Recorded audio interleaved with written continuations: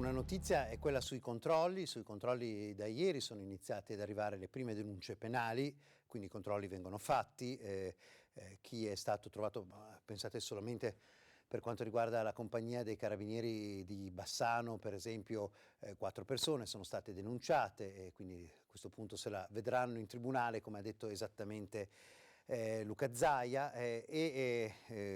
anche il sottosegretario Variati, ecco, vediamo proprio l'agenzia che è arrivata, controlli delle forze dell'ordine in aumento dappertutto. Questo appunto lo dice Achille Variati, che ha un punto di osservazione privilegiato perché è sottosegretario all'interno. Ricorda che i limiti ci sono per proteggere la salute di tutti, comportamenti individuali irresponsabili non saranno tollerati e avranno conseguenze gravi.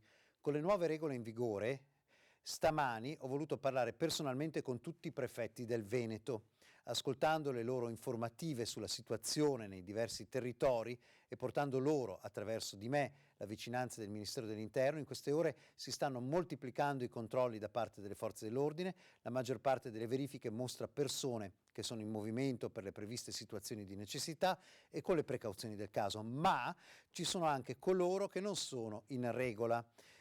Solo in Veneto già diverse decine di denunce fatte a norma dell'articolo 650 del Codice Penale contro i cittadini che in barba ai divieti circolavano senza una valida dimostrabile ragione. Ricordiamo che appunto l'inosservanza delle norme delle pubbliche autorità è l'articolo 650 del Codice Penale, e questo articolo 650 del Codice Penale porta anche a condanne di carcere, quindi ricordiamo che non si tratta di una multa per la circolazione stradale e questa è una cosa molto importante.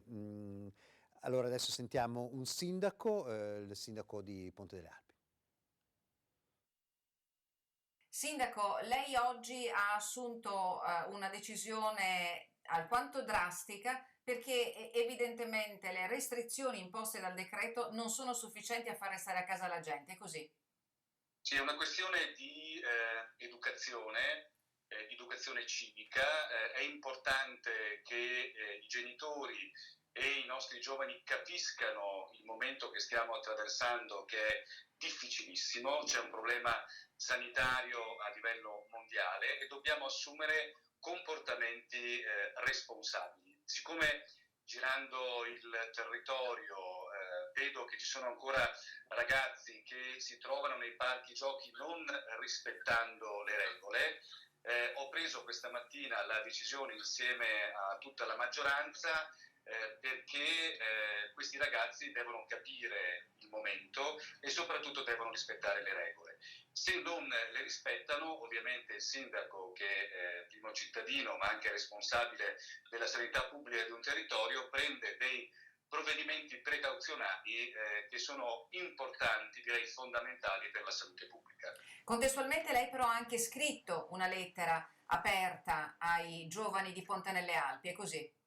Sì, ho scritto una lettera aperta perché dicendo che in questo momento possono diventare supereroi come nei loro fumetti o nei loro film preferiti davvero nella realtà, salvando le vite, soprattutto le vite delle persone più deboli e delle persone più fragili, perché i giovani sono i maggiori portatori in questo momento del virus e quindi se vogliono davvero diventare supereroi e dare il futuro alle nostre comunità è importante che stabiliscano delle regole e in maniera precauzionale e che siano attenti a quello che fanno, quindi rispettare le distanze, giocare sì con i propri amici ma avendo molta cautela, passeggiando nel territorio ma sempre rispettando quelle che sono le norme che il governo ha messo. Grazie Sindaco. Grazie a voi per il lavoro che state facendo, importantissimo. Allora questo, insomma, chiaramente i sindaci giustamente hanno il potere di vedere esattamente quello che accade nei loro quartieri, nelle loro strade, possiamo dire veramente strada per strada. di prendere decisioni anche autonomamente il più possibile per insomma migliorare la situazione del loro paese, cercare di diminuire. Insomma, ognuno conosce molto bene la propria situazione, partono dall'alto le indicazioni, poi arrivano alla regione.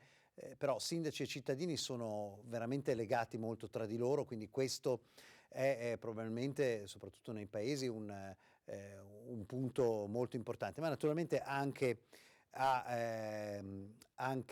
i sindaci delle grandi città hanno una responsabilità enorme, non solo perché hanno una grande città, ma perché molto spesso si ha a che fare con una realtà da città metropolitana, con tutto l'Interland, e quindi adesso sentiamo il sindaco di Venezia, Brugnaro, a questo proposito.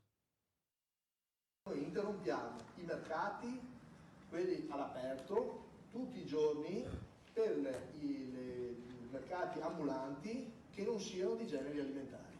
Vengono chiusi tutti. Noi siamo comunque una zona di frontiera.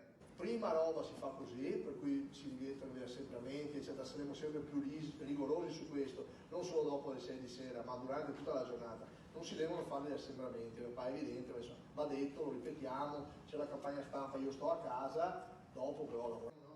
Con la scusa delle misure chiediamo al governo l'estensione delle misure delle zone rosse, dei famosi 11 comuni, che vengono estesi anche a noi. Di fatto, per quello che abbiamo scritto a noi, è che vengono estesi in tutta Italia ormai, visto che hanno dichiarato per la zona tutta Italia. Insostenibile, non sarà sostenibile per il paese se si chiuderanno le filiere produttive. C'è un problema che si sparisce, così la tirascheghe se... Abbiamo il dovere di essere responsabili. Io questo l'ho scritto, lo dico, lo sostengo in maniera assolutamente trasparente. Questo insomma è il sindaco Brugnaro. Un'altra persona che conosce molto bene i sindaci è l'attuale sottosegretario all'interno Achille Variati, perché naturalmente, come ben sapete, è stato sindaco di Vicenza. Buongiorno, e con lei volevamo parlare. Abbiamo visto un'agenzia che parlava di controlli che effettivamente vengono fatti in Italia e naturalmente in Veneto. Lei ha fatto proprio un giro tra i prefetti per vedere se questi controlli vengono fatti, se ci sono persone che effettivamente vengono sanzionate. Lo ricordiamo, non si tratta di una contravvenzione di divieto di sosta o perché si è bruciato un rosso, è qualcosa di ancora più grave. Innanzitutto buongiorno a tutti coloro che ci stanno ascoltando. Io da sindaco di Vicenza ho dovuto affrontare varie emergenze, penso a un'alluvione, penso a un bomba day con il trasferimento di 30.000 persone, però un'emergenza come questa nessuno di noi, le nostre generazioni non l'hanno vissuta. È una questione grave, per cui serve consapevolezza e responsabilità di ciascuno di noi, perché un comportamento anomalo fa del male a se stessi e fa del male agli altri. Ora, da questo punto di vista noi stiamo passando gli input che sono stati dati ai prefetti e quindi alle forze dell'ordine è di aumentare i controlli, saranno controlli severi nelle stazioni, negli aeroporti, ma anche lungo le strade, ma anche all'interno delle città, perché ciascuno dovrà giustificare il fatto di trovarsi lì in quel momento per le ragioni che la legge consente, e le ricordiamo sono perché uno deve andare dal medico, perché uno ha una necessità dimostrabile, oppure perché sta andando a lavorare. Tutte le altre cose non sono ammesse, e quindi attenzione a rispettare questi divieti con il senso di responsabilità di cui parlavo prima, ma anche attenzione perché le sanzioni che vengono effettuate verranno effettuate non solo da un punto di vista amministrativo, ma c'è un richiamo al 650 del codice penale, e quindi sono guai, anche perché un giudice un domani potrebbe anche aggravare le colpe per essere stati oggetto e mezzo di trasmissione del virus. Quindi non prendiamole alla leggera e facciamo ciascuno di noi il nostro dovere di cittadino. Ecco, tra l'altro mentre vediamo proprio l'agenzia, per cui poi abbiamo chiesto di chiamarla al volo, anzi grazie di aver trovato il tempo di parlarci, è questa, lei dice che tutto sommato la situazione in generale è che i veneti si stanno comportando in modo razionale e molto anche responsabile. Noi veneti siamo brava gente, siamo gente che è abituata a farsi su le maniche della camicia, lavorare, non piangiamo su noi stessi, abbiamo costruito quello che abbiamo costruito in Veneto grazie al nostro lavoro e alla nostra capacità di imprenditoria. E quindi anche in questa occasione stiamo dimostrando di essere diligenti, però c'è una percentuale rispetto ai controlli, diciamo che vanno dal 5, al 6, 7%, di gente di cittadini che non stanno rispettando alla lettera, forse perché non erano informati, forse perché sono superficiali, forse perché se ne fregano, scusi il termine, però questi vanno sanzionati duramente. Quindi l'appello che mi sento di fare da Veneto con responsabilità di governo è che in questo momento dobbiamo essere una grande squadra, così come ha detto in fondo il Presidente Zaia, una grande squadra che vincerà insieme questo brutto momento. Beh, direi che insomma questo è quello che volevamo sentire da lei, insomma che tutto sommato le cose vanno abbastanza bene per la responsabilità che per la strada hanno i veneti, che però c'è una percentuale che invece non sta rispettando. Tra l'altro c'è un'altra cosa importante: se uno pensa di cavarsela con una dichiarazione falsa, non solo c'è il problema del 650, ma c'è anche false dichiarazioni a pubblica autorità. Una dichiarazione mendace a pubblico ufficiale, certo. Ovviamente non sfugge a voi che state facendo un grande servizio di comunicazione, non sfugge a chi ci ascolta, che non sarà così semplice rispettare queste norme nei prossimi giorni, magari le temperature, la bella stagione, insomma, ci inviterebbe ad andare in giro, ad fare una passeggiata fuori porta, restare a casa e nei dintorni di casa diventerà pesante. Ma generazioni passate, se posso dire questo a voi, generazioni passate furono chiesti sacrifici, pensiamo alla guerra, ben più gravi. A noi in fondo è chiesto di stare un po' più in poltrona di casa, non so se mi spiego, quindi serve veramente questa responsabilità personale e collettiva. Bene, la ringrazio molto, sottosegretario al Ministero dell'Interno Achille Variati, grazie. Buon lavoro naturalmente, perché so che ne avete molto in questi casi, veramente molto. Arrivederci. Allora, insomma, abbiamo sentito il sottosegretario Variati, ci sono le segnalazioni che arrivano, queste si chiamano denunce, tecnicamente parlando sono denunce penali che arrivano per chi non rispetta le norme e viene preso in flagranza, perché oltretutto è flagranza di reato quello. Parliamo anche, abbiamo sentito il governo, le opposizioni poi sono state sentite, c'è dialogo con le opposizioni. Sentiamo per esempio la Meloni, quindi il presidente di Fratelli d'Italia, che insomma ha ragionato su quello che è il comportamento del governo. Ovviamente le opposizioni mantengono anche delle riserve critiche, ma questo è normale. Diciamo che la volontà comunque di lavorare in sinergia, il problema è grave, è reale e va ben oltre ovviamente qualsiasi contrasto di natura politica generale e solito. Perché vedete, chiaramente adesso inizia il momento difficile per noi. Adesso è il momento in cui noi dobbiamo dimostrare quanto valiamo come popolo, come nazione. Adesso è il momento in cui noi dobbiamo decidere se vogliamo davvero occuparci dei più deboli, dei più fragili. Ho visto due cose che mi hanno colpito molto oggi. Una bambina piccola che affronta un brutto male, faceva un video dicendo: vi prego, state a casa.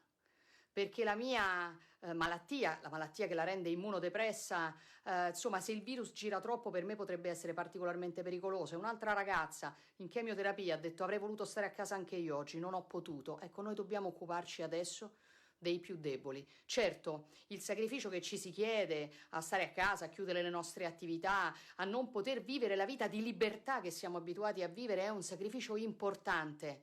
Però questo è anche il momento in cui noi possiamo dimostrare di essere la grande nazione che io so che siamo. Questo è il momento nel quale noi possiamo davvero girare gli occhi del mondo intero sull'Italia, e vorrei che fossimo fieri di quello che faremo nei prossimi giorni, di quello che faremo nelle prossime settimane. Intanto il fatto di non poter andare per locali, non poter andare a mangiare fuori, di non andare a lavorare, forse potrebbe tornare a farci ricordare cose alle quali noi ormai che non degniamo più neanche di uno sguardo.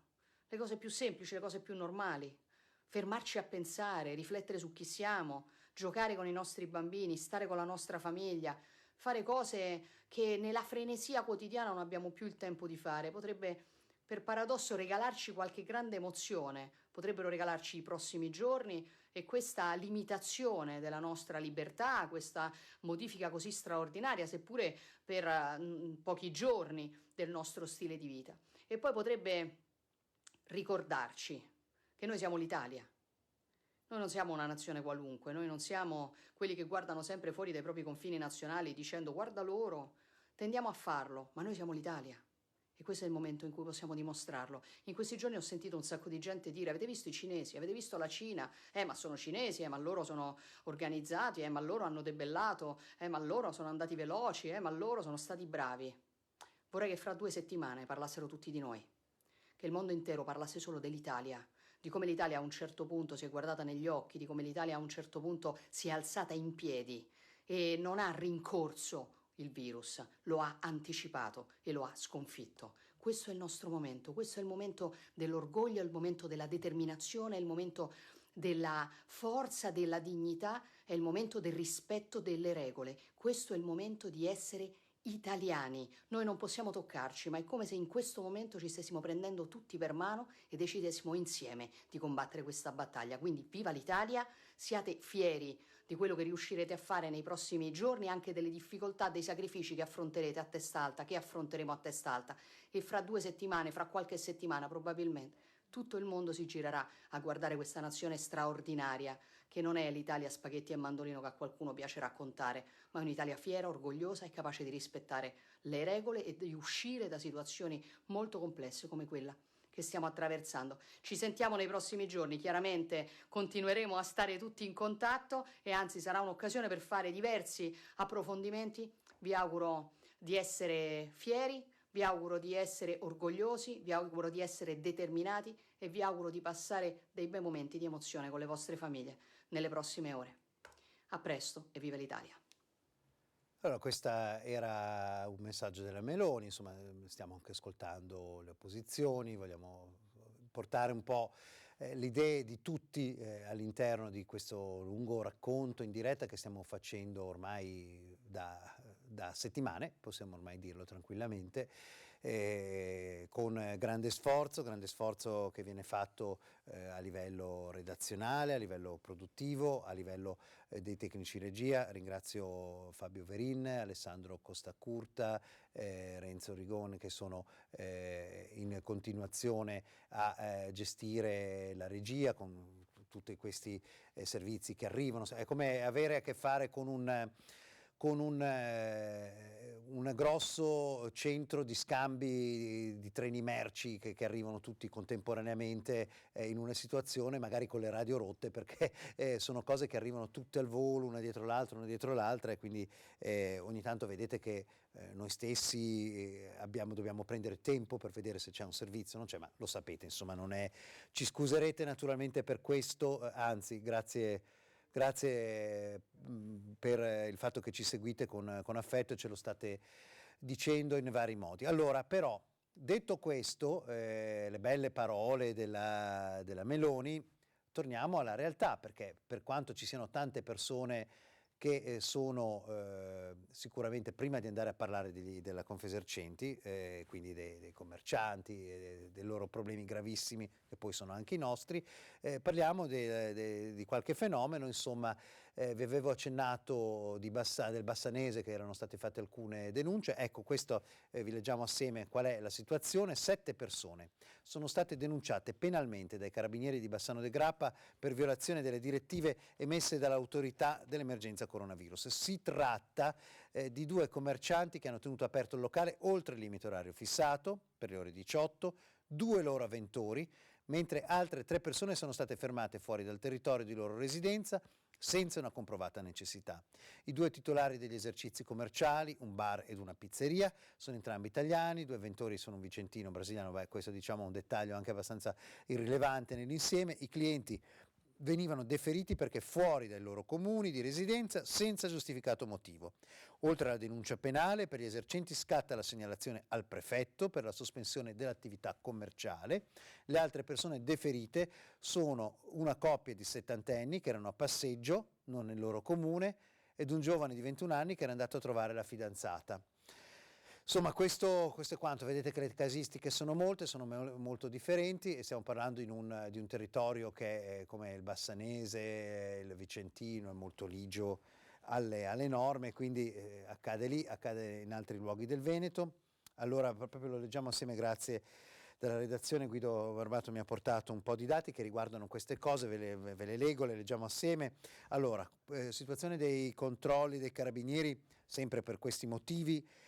A Vicenza, anche ieri un vicentino 40enne alle 16:40 all'autolavaggio, Viale Serenissima, mentre tranquillamente stava lavando la macchina. Lavare la macchina non è ovviamente un motivo di necessità che è segnalato con chiarezza dal decreto della Presidenza del Consiglio dei Ministri. Non lo troviamo, lavare la macchina, come decreto di necessità in un'emergenza sanitaria globale. Questo è poco, ma sicuro. E poi altre cose, sempre grazie alla redazione, colleghi anche di Vicenza. Vicenza e Camisano Vicentino. Allora, 4 persone, per il solito in osservanza del decreto della Presidenza del Consiglio. Allora, un serbo che stava girando senza che vi fossero motivi comprovati. Poi un 49enne di Trissino all'1:20, alla guida della propria autovettura, si trovava nel capoluogo alla ricerca di un supermercato aperto per acquistare generi alimentari all'1:20 del mattino, non facilissimo.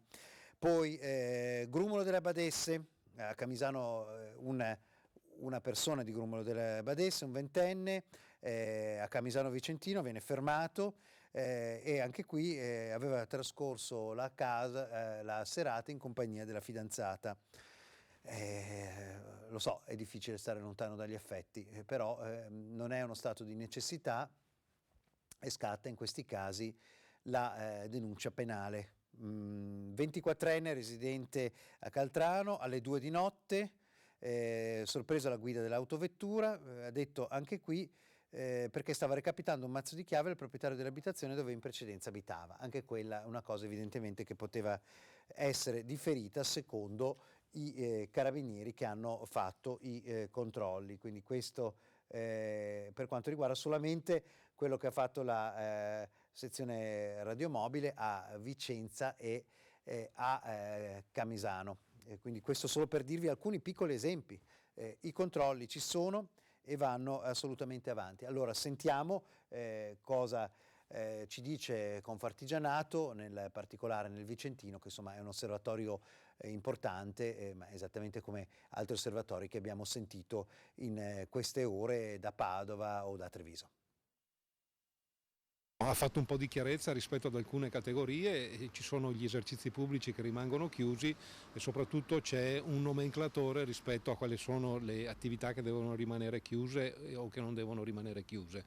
E io credo che questo non sia l'ultimo decreto, ce ne saranno altri. Abbiamo visto che poi tutto questo susseguirsi di decreti sono uno propedeutico all'altro man mano che questo coronavirus sta penetrando nel paese in maniera importante, per cui io credo che sicuramente ci sarà qualche altro decreto nelle prossime ore.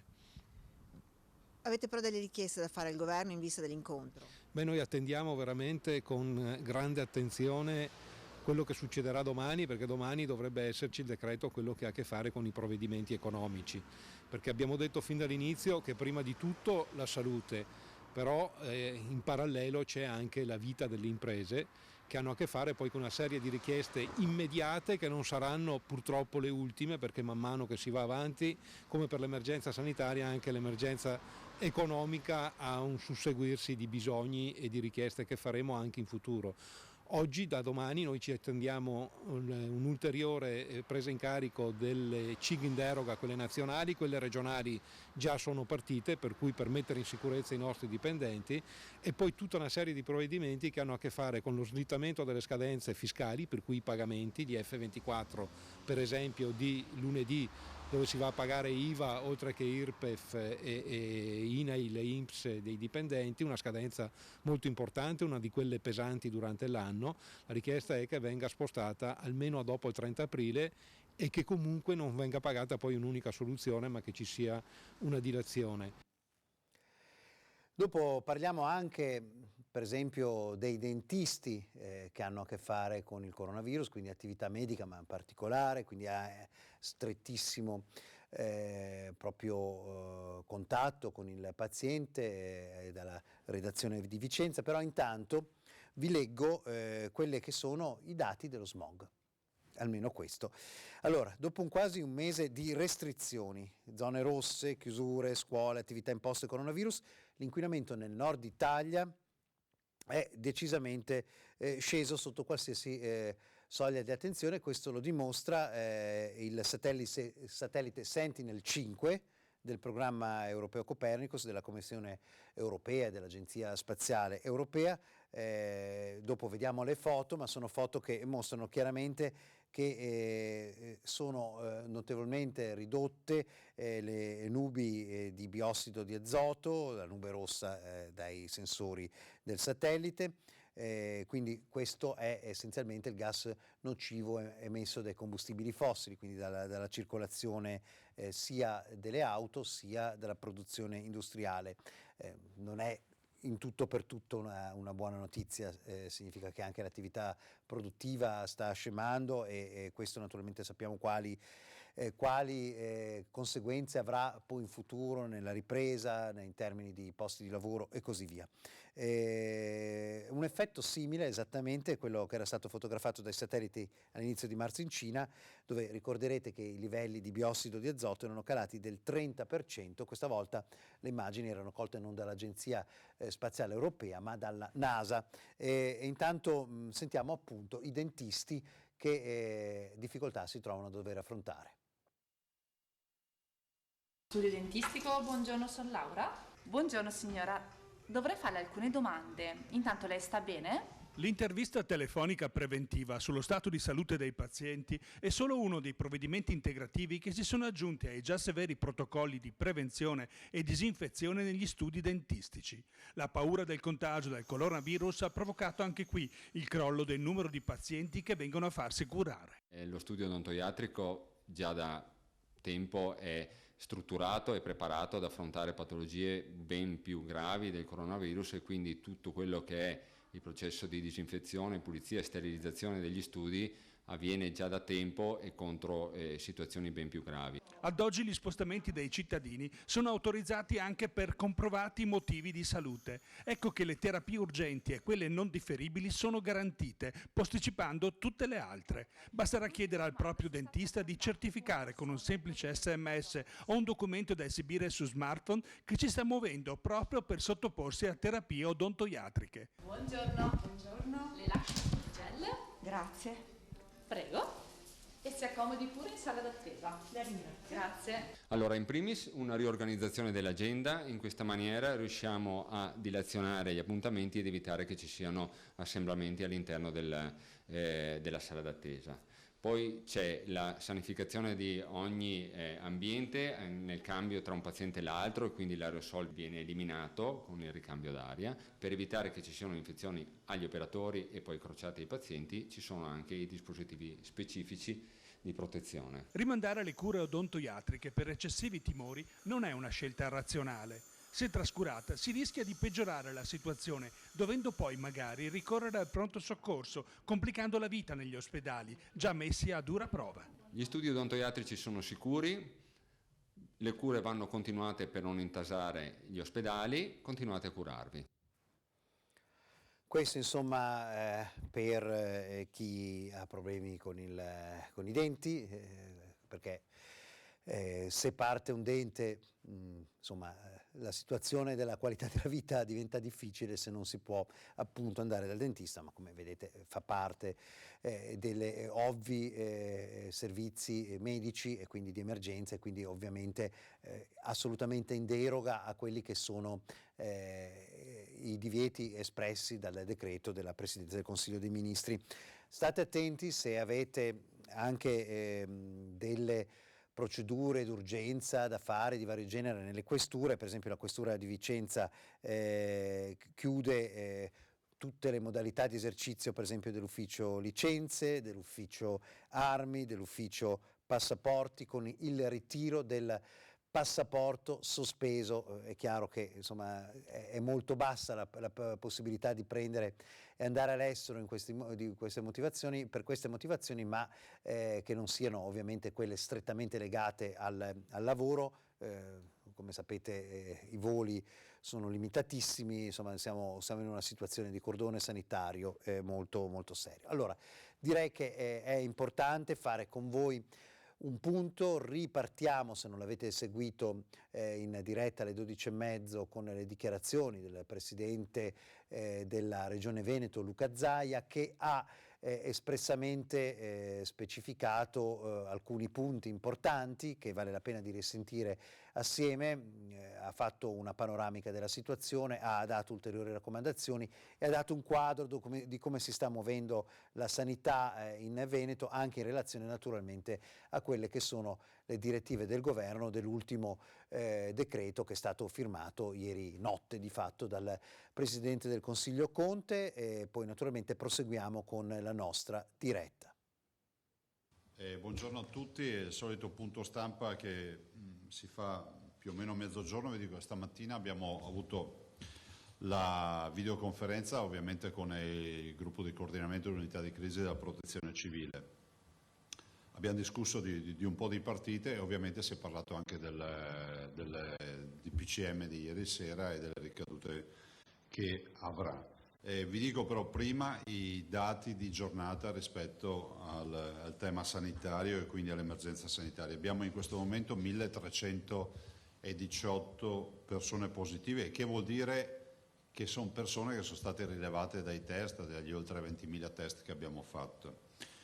E questo non significa che i positivi in Veneto siano solo 1318. Qualcuno mi dice: ma come si può pensare che a metà aprile possano esserci 2 milioni di veneti contagiati quando oggi ne abbiamo solo 1318? Oggi non ne abbiamo solo 1318, abbiamo 1318 persone intercettate da oltre 20.000 test fatti.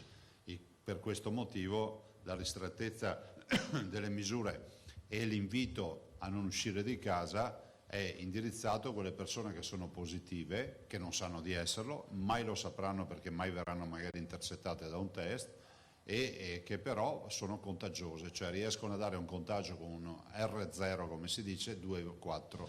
Vuol dire che ogni persona positiva può contagiare 2,4 persone, che a sua volta contageranno 2,4 persone, che a loro volta contageranno 2,4 persone, quindi capite la crescita esponenziale. Allora, 1318 persone positive, 308 cittadini ricoverati, 83 in terapia intensiva, 30 persone che sono decedute. Purtroppo devo riaggiornare, siamo già a 32 perché dopo il bollettino di questa mattina, che è questo qui, abbiamo avuto l'ultimo decesso per il quale mi hanno informato, è il decesso di una persona, di un cittadino di Bassano ricoverato.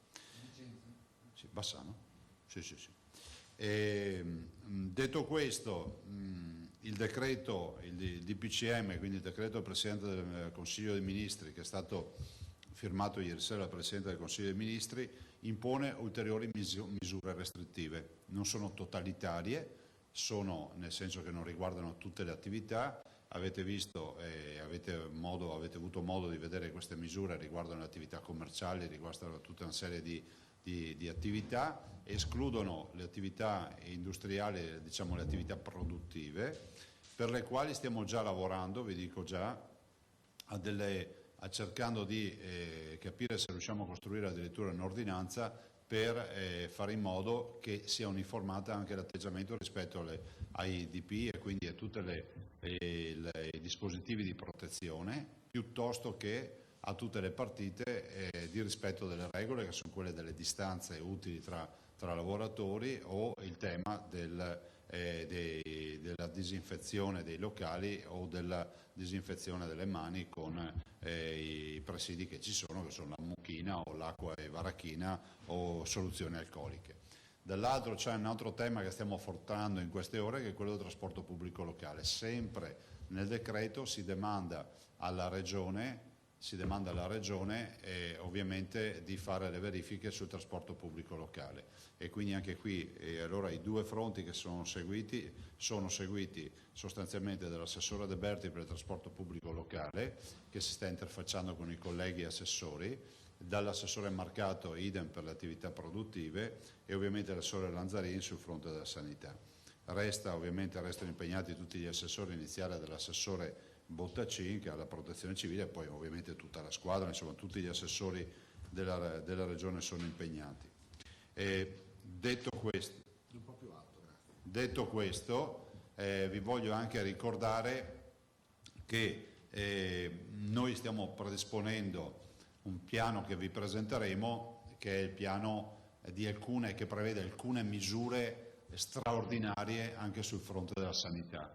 Abbiamo bisogno, visti gli algoritmi, viste le proiezioni che abbiamo bisogno di fare in modo che ci sia spazio negli ospedali. Da un lato abbiamo la necessità di ricavare spazi e quindi stiamo letteralmente preparando un piano, un piano Marshall se vogliamo definirlo così, contro il coronavirus. Dall'altro, in questo piano Marshall, in questo piano strategico del coronavirus, dall'altro abbiamo anche necessità di contingentare gli afflussi agli ospedali relativi ad alcune attività che si possono procrastinare, garantendo sempre la sanità. Un appello lo faccio per dire, l'emodialisi è garantita, un appello lo faccio ai donatori di sangue e veramente di cuore vi chiedo di metterlo in evidenza. Non abbiano timori, i reparti sono in sicurezza e quindi vi chiedo veramente di fare un appello ai donatori perché si presentino per le donazioni, perché altrimenti andiamo in difficoltà.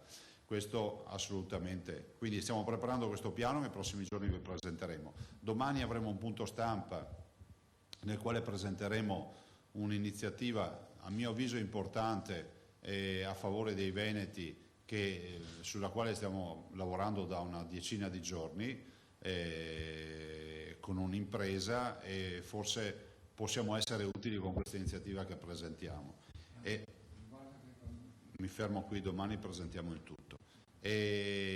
Ultima roba importante, voglio ringraziare tutti coloro che si stanno dando da fare in queste ore, ovviamente il mondo della sanità del Veneto, che ringraziamo sempre, la protezione civile, i medici di base, e fra l'altro arriva sempre la richiesta di dispositivi, le mascherine.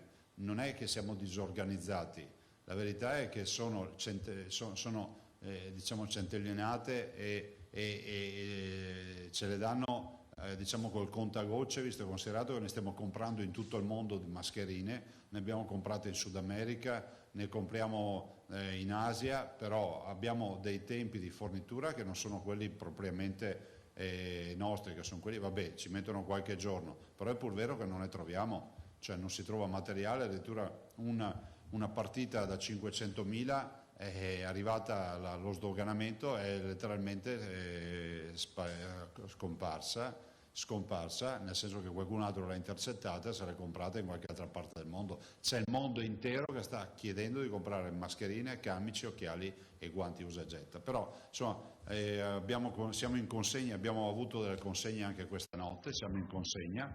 Ovviamente non riusciamo a riempire i magazzini all'ospedale, ma portiamo di volta in volta. Anche questo fa capire che tu puoi essere la persona più ricca del mondo, ma poi con i tuoi soldi, se non trovi uno che è disposto a venderti una mascherina, vai in difficoltà. Voglio ringraziare i farmacisti che oltre ai medici di base sono in prima linea, e penso che sia doveroso ricordarci anche dei farmacisti. E poi un ringraziamento, guardate, veramente di cuore, e ci tengo a sottolinearlo, ai sindaci, perché mi rendo conto che sono bersagliati da richieste dei cittadini, mi rendo conto che sono in prima linea, mi rendo conto che avrebbero diritto a informazioni come tutti noi speriamo, no? Cioè, auspichiamo nell'amministrazione di avere sempre le cose belle cucinate al punto giusto. Non è così, siamo in emergenza. Come le riceviamo noi all'ultimo minuto, le ricevono anche i sindaci, però li ringrazio di cuore perché i sindaci stanno facendo un grande lavoro, il lavoro del dialogo con i cittadini, il lavoro di assumere decisioni, il lavoro di curare l'interesse del cittadino, che in questa fase è quello della salute pubblica. Quindi ringrazio i sindaci veramente uno ad uno, gli oltre 570 sindaci del Veneto. Sbaglio sempre i numeri perché non mi ricordo mai quanti comuni si sono fusi, non fusi, eccetera, però insomma il plotone, quell'esercito della salvezza che sono i sindaci del Veneto. Quindi veramente grazie di cuore, e sappiano che il mio pensiero è sempre nella loro direzione, ma so anche che i nostri comuni sono in buone mani, perché oggettivamente i sindaci non si sono persi in polemiche, non si sono persi in schiumoni mentali, ma sono sempre stati operativi. E immagino che con l'ultima ordinanza comunque avranno avuto un po' di più chiarezza, pensati ai mercati settimanali piuttosto che il tema degli edifici, diciamo degli esercizi commerciali e quant'altro. Quindi grazie anche ai sindaci. Ultimo appello, l'ho detto ieri, ai cittadini: restate a casa, cercate di rispettare in maniera assolutamente rigorosa le regole, è fondamentale che si rispettino le regole. Vi posso garantire che l'algoritmo e diciamo, il gruppo di studio che ci dà i numeri anche ieri ha sbagliato di 2 pazienti in difetto, quindi vuol dire che l'algoritmo funziona, e se l'algoritmo funziona come ha funzionato oggi, cioè la previsione funziona come ha funzionato oggi, noi adesso avremo pian piano la crescita esponenziale.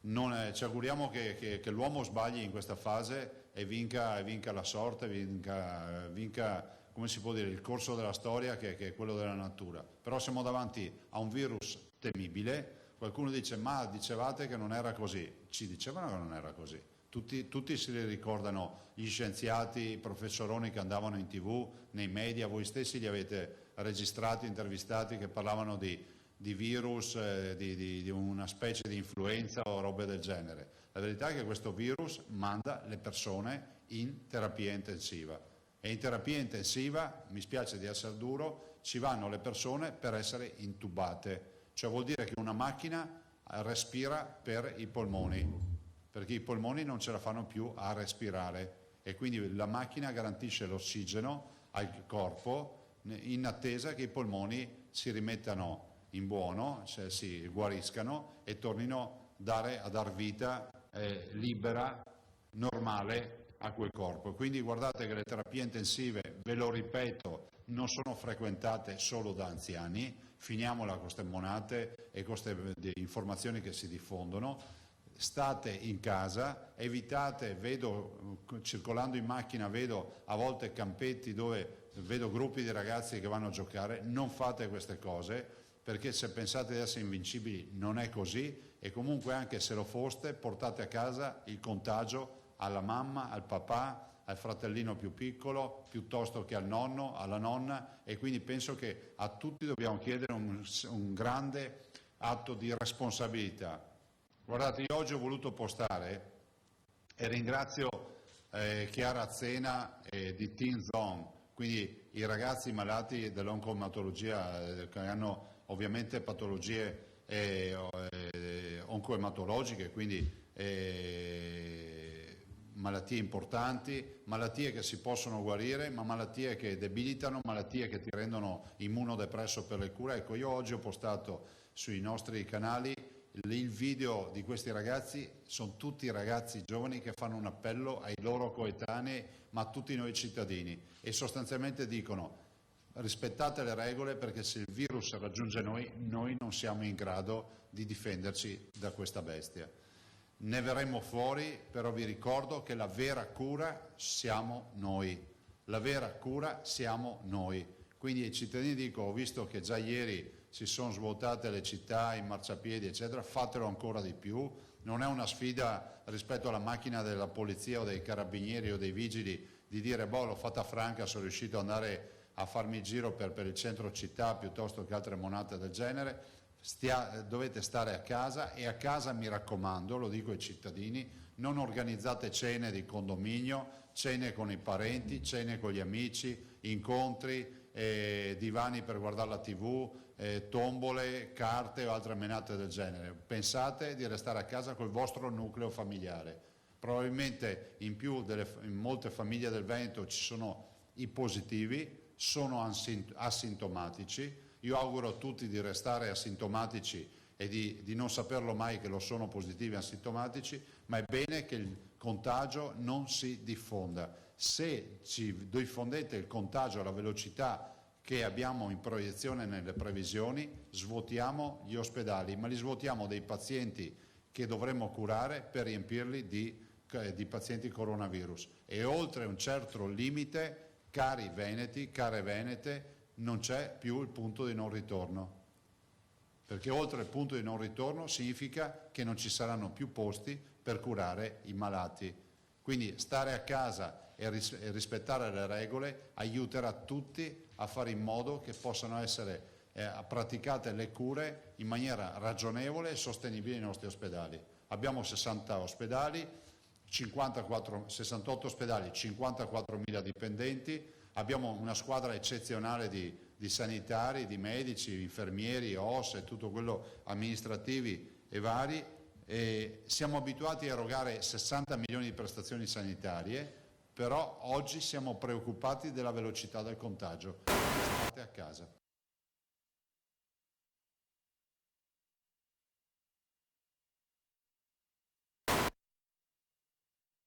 In diretta abbiamo sentito una parte importante della conferenza del presidente della regione Luca Zaia e poi sentiremo anche più avanti nel pomeriggio le domande e risposte che sono state fatte dai giornalisti e che in molti casi ovviamente equivalgono alle domande e risposte che farebbe qualsiasi cittadino di quelli che ci stanno seguendo da casa. Insomma, ovviamente poi il giornalista è cittadino tale quale, ha gli stessi identici problemi. Avevo un po' di disinfettante in primo piano, ma nessuno si scandalizza in questo, anzi dovreste scandalizzare se non l'avessi in giro. Ci sono poi ovviamente una serie di iniziative sia per convincere le persone, testimonial, dopo li seguiremo magari, ma anche iniziative di solidarietà che cercano di mettere a disposizione dei fondi per l'emergenza sanitaria. Una di queste iniziative parte dal Fantacalcio. Ciao a tutti, sono Paolo e come milioni di italiani anch'io faccio il fantacalcio. Sapete tutti come funziona, l'asta iniziale, il montepremi dove ognuno mette la sua quota e poi via a seguire le partite di Serie A, in attesa di capire chi vincerà lo scudetto, ma soprattutto, e cosa ben più importante, chi vincerà il fantacalcio. Oggi però le cose sono cambiate, sappiamo tutti che c'è questa emergenza coronavirus e il campionato appunto si è fermato, la Serie A è ferma, non si sa se finirà, non si sa se verrà assegnato uno scudetto e di conseguenza non sappiamo nemmeno noi se avremo un vincitore alla fine di tutto. Alessandro, uno dei nostri amici, quindi ha avuto un'idea: perché non devolvere il montepremi a un'associazione benefica, visto il momento? Tutti ovviamente abbiamo consentito, abbiamo aderito, siamo stati contenti di questa sua idea e abbiamo deciso quindi di devolvere il montepremi.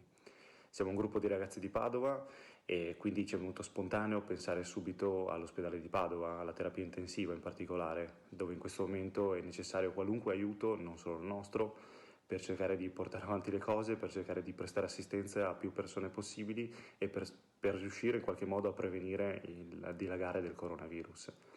Naturalmente il nostro è un piccolo gesto in qualche modo in un mare di bisogno, per cui chiedo a tutti di pensare a in qualche modo devolvere la propria quota e chiedo a tutti di aiutare gli ospedali che in questo momento sono in reale sofferenza e soprattutto, e non meno importante, chiedo a tutti di restare a casa.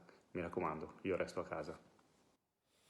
Restare a casa, quindi il dato, se non vi guardo direttamente ogni tanto mi perdonerete perché sto guardando assieme ai colleghi quello che sta appunto arrivando dalle dirette e dai nostri colleghi, dalle nostre redazioni, insomma per dare un'occhiata generale della situazione assieme a voi e quali sono appunto nuovi servizi che vi posso mandare in onda per aggiornarvi in tempo reale su tutto quello che e anche e soprattutto per vedere se sono nel frattempo arrivati i servizi che so che essere in lavorazione. Abbiate solo pazienza assieme, vediamo proprio assieme se ci sono delle novità da questo punto di vista. Abbiamo visto già molte cose, dopo ve le rimanderemo per farvelo vedere. Sicuramente una delle cose importanti è quella di riuscire ad arrivare alla fine del mese con la maggiore liquidità possibile. Come facciamo ad arrivare alla fine mese con maggiore liquidità possibile? Spesso ci sono partite IVA che non stanno incassando, persone che hanno fatture ferme, aziende che hanno difficoltà magari a pagare i dipendenti, cassa integrazione anche in deroga che stanno partendo, una situazione non facile da gestire, ovviamente un po' in ordine sparso ci si sta muovendo per rallentare le rate dove si possa, gli asili comunali lo hanno fatto, quelli parrocchiali ancora non hanno gli strumenti forse per farlo, qualcuno lo sta facendo, quelli privati in ordine sparso lo stanno facendo, anche l'università lo sta facendo e questo è una notizia che arriva specificamente da Verona, la vediamo assieme, perché visto che è una delle università più grandi del nord Italia, l'Università di Verona ha visto la persistenza della straordinaria situazione di emergenza nazionale, ha deciso di adottare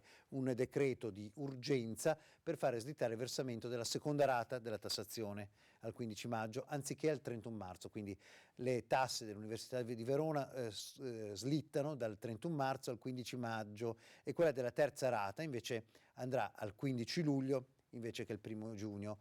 Questa è insomma per fare un gesto concreto di vicinanza, comprensione delle difficoltà, eccetera, eccetera. Questo è quello che dice l'università, dice stiamo cercando di sgravare le famiglie da ulteriori preoccupazioni, desidero dare una testimonianza forte alle famiglie, evitando loro di dover far fronte a questa incombenza in questo difficile momento, dice il rettore Pier Francesco Nocini, il rettore dell'Università di Verona. Poi naturalmente ci aspettiamo cose simili da altre università, alcune lo stanno già facendo, insomma vediamo quelle che sono tutte decisioni amministrative da prendere e da dare. Allora, vorrei anche ricordarvi che c'è un primo caso di guarigione, questo prima di andare in pubblicità, questo è un primo caso di guarigione importante perché arriva da un cluster che ha sofferto molto, ovvero quello della geriatria del Cafoncello.